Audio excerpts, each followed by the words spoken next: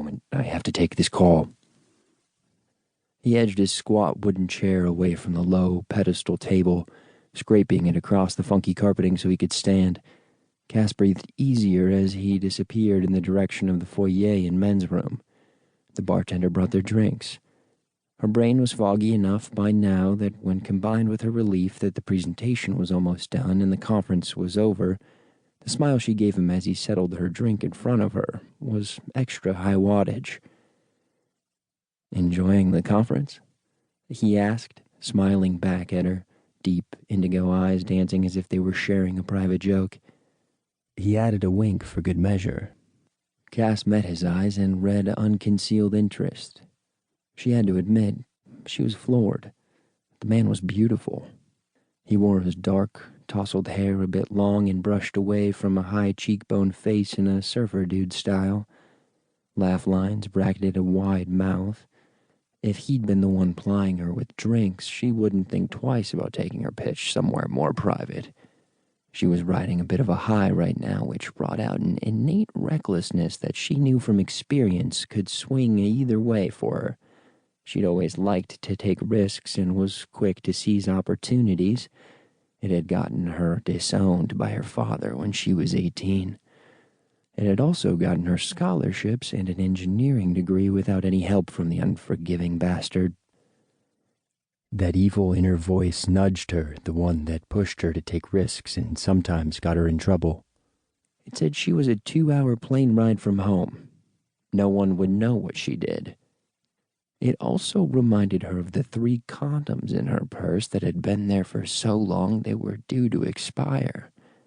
While the bartender was worth checking out, he'd undoubtedly been hit on enough in his line of work that he'd know exactly what was up, and that irked her a bit. She didn't like being seen as a cliché. Then again, she didn't have to care what his impression of her might be, no matter how cute he was. Let him think what he liked.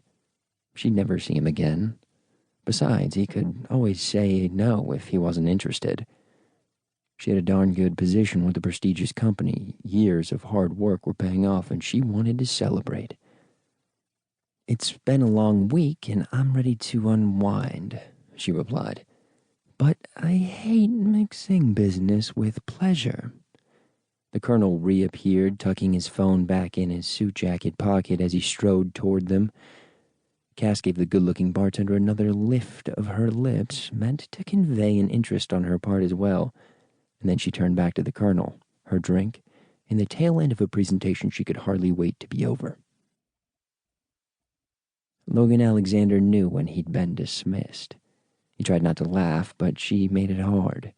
He earned his living by reading people, and traffic had been light in the bar all evening, so he'd spent most of the past hour watching her work.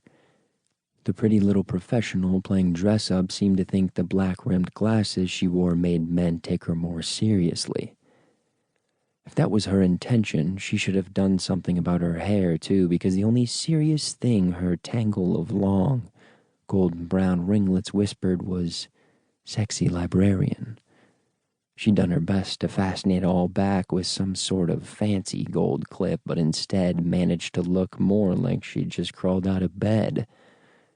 That turned her into a sleepy, sexy librarian. In reality, Logan suspected she was the company eye candy, probably junior management level, sent here to pretty up an otherwise generic display booth. She'd been attending the annual Canadian Defense Industry Conference, or the C-Dicks, as he liked to call it. That was because the conference was full of dickheads. Since he'd nailed one of them to the wall that afternoon, he was feeling pretty damn good. By day, he worked for the Canadian Security Intelligence Service. He'd filed his final report to his CSIS superiors, and technically, the case he'd been following was now closed. Most of the conference attendees were gone, and the hotel was quiet. He liked tending bar, so he'd offered to finish out his last shift before the regular bartender returned from vacation.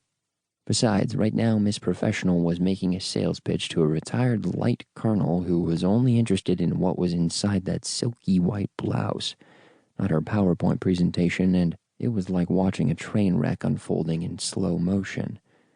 She had no idea the guy she was trying to impress didn't have any buying power. The retired colonel was one of many.